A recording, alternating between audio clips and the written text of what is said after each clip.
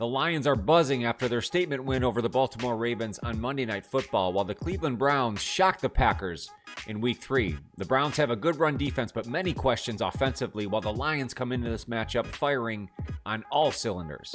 Welcome back to the channel. I am your host, Johnny Gaz. Thank you for returning for another video. Let's get back into our game previews. The Detroit Lions host the Cleveland Browns on Sunday, September 28th at 1 p.m. This is Week 4 of the NFL regular season. Let's go through the headlines and injury report. We'll talk about the key matchups and the X factors. I'll tell you what the difference in this game may be, and at the end, of course, I'll give you my final score and prediction. Let's go. Cut out for him this year. He's got him playing tonight. Here's another good run by Montgomery. He is out, being chased by Humphrey, and brought down near the 15.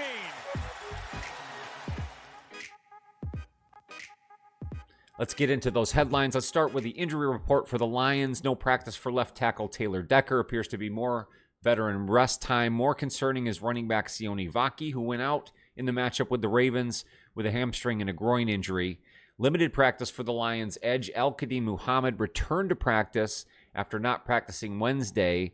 He is expected to play in this Week 4 matchup. Also limited was linebacker Derek Barnes, as well as Zach Cunningham, which was a new hamstring injury reported on Thursday. Again, we'll monitor his status for this Week 4 game.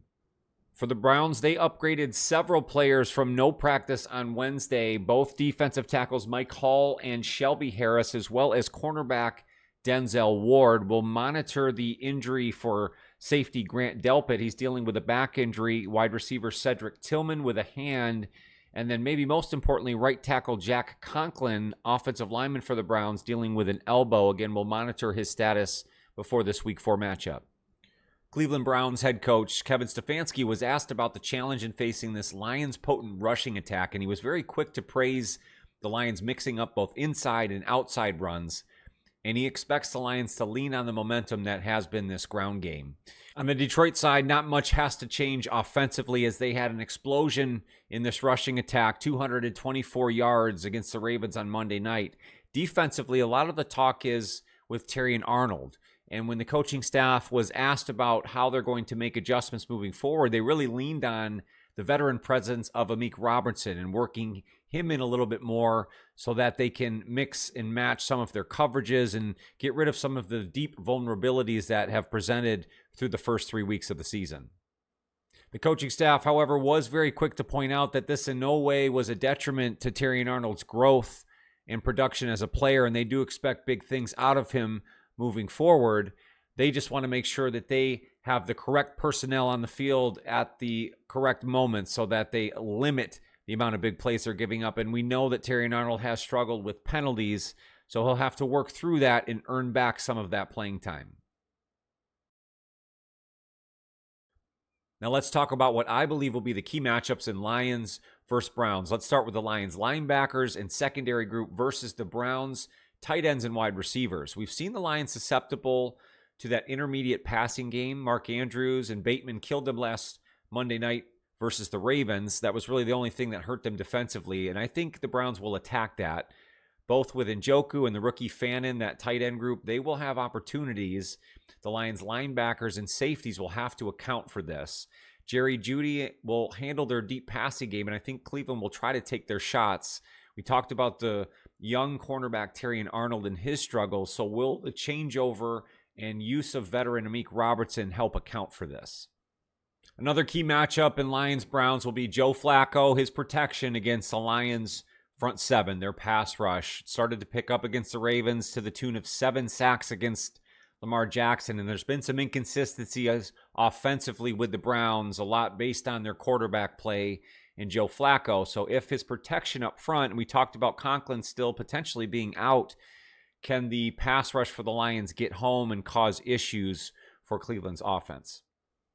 And I think the biggest key matchup in Lions versus Browns is the Lions rushing attack versus the Browns rush defense. And the run defense for the Browns is elite.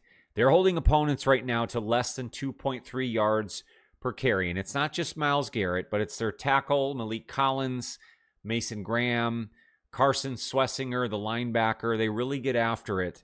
And the Lions will have to continue the momentum that they've built with their ground game. It's really going to be strength versus strength, and I think whoever comes out on top will ultimately win this matchup.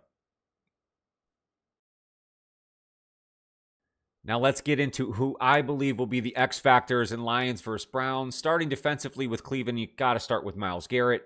He is a superstar. You have to account for him on every single snap that he's on the field.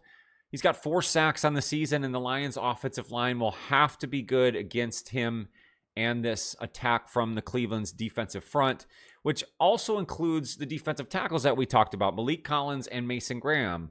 Not only are they good in the run game, but they help with this attack and ultimately eat up blockers so that a guy like Myles Garrett can do his thing.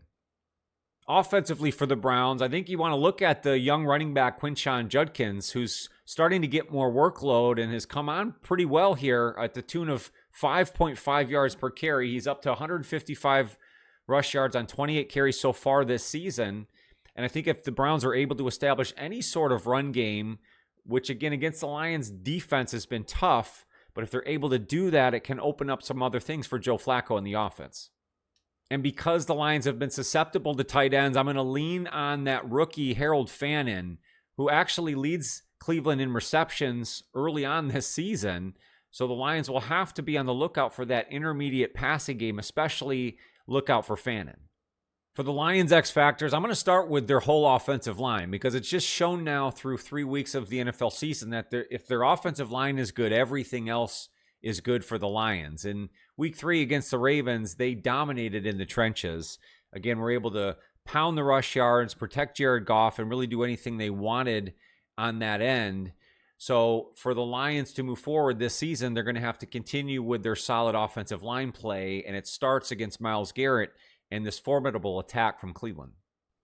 Sticking with the offense, I'm going to lean on Jahmyr Gibbs, who I picked as the X factor last week, and although it was probably more David Montgomery's day, Jahmyr did get in the end zone twice himself, but I expect his yardage and touches to continue to increase as we get into this season. He's such a weapon for this Lions team, not only just running the football, but they're also working him more into the passing game, and that's where I think he might really get into it this week against Cleveland. We know that they can defend the run. Well, then getting Jahmyr Gibbs out in space, maybe in this short passing game, will be the thing for him in week 4.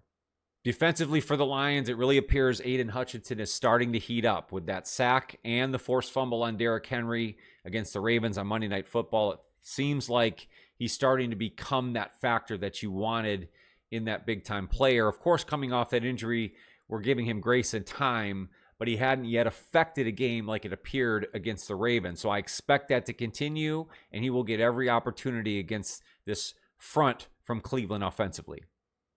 And then in the secondary, you have to look at Amik Robertson. It seems like the coaching staff has a lot of faith in him and are going to get him more snaps. So with that will come more opportunities for him to make plays. So I would be on the lookout for Amik this week against the Browns. Lastly, for the Lions offensively, I think this is going to be an opportunity for the play-action game because it's a strength-on-strength, run offense versus run defense type of game. It's going to allow the Lions to use that play-action, and because of that, I'm going to be on the lookout for wide receiver Jamison Williams, who's only had a couple catches each week, so it's really a situation where I feel like it's a powder keg about to explode, and I think this is the game where it happens. So be on the lookout for Jamison Williams to get more than just a couple catches, maybe a few deep shots, maybe even on an end-around situation, even in that run game. I think he's going to be involved. That speed will be a factor. The difference in this Week 4 game, Detroit Lions hosting the Cleveland Browns, I believe will be the Browns overcommitting to stopping this legitimate Lions rushing attack, and that will ultimately open up everything else offensively for the Lions. Jared Goff is fantastic when he has the protection and is able to distribute the ball to all of his weapons. We've seen the offensive line for the Lions get better and better, and it culminated with that Monday night matchup against the Ravens where they dominated the trenches. I believe that continues here against the Browns. On the opposite side, the Lions are continuing to build momentum with their pass rush, and if they're able to get pressure and sacks on Joe Flacco, I think it limits what they can do offensively. When you weigh both of those things, I think the Lions come out on top in this matchup. Looking at everything, I'm leaning with the Lions' momentum here. I think they're just a better team than the Cleveland Browns. Don't get me wrong. I think this will be close early, especially if the Browns are able to get something going on the ground with Judkins. If Flacco's able to get any sort of rhythm and get that intermediate passing game going, they can hang in this. And if the rushing defense for the Browns is able to overwhelm the Lions on the other side or ultimately cause problems for Jared Goff, we know what that does to the Lions offense. But again, I just think the Lions are too talented, the way their offensive line is playing and the way that the defensive line is playing. It just looks like the Lions in the trenches are a better football team than the Cleveland Browns. Because of that, I have the Lions coming out on top in this matchup, 31-21. That would bring the Lions to 3-1 and would drop the Cleveland Browns to 1-3. On the right hash, Daniel Whelan the hold. The kick is blocked. It is blocked. The Browns get the swat and turn the Packers away.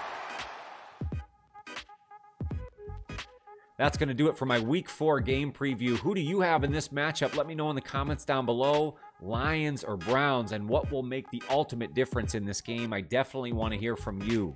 If you dig the vibe here at Johnny Gas Sports, make sure to slap that like button. It's the best free way to help out the channel. I'd also love it if you consider subscribing. We're on the road to 4,000 now, thanks to you guys. And if you hit that notify bell, you won't miss any future videos.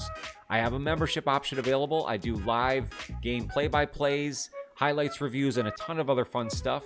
But if you search at Johnny Gas Sports on any one of your socials, you will find free, concise, reliable Detroit Lions content at any time.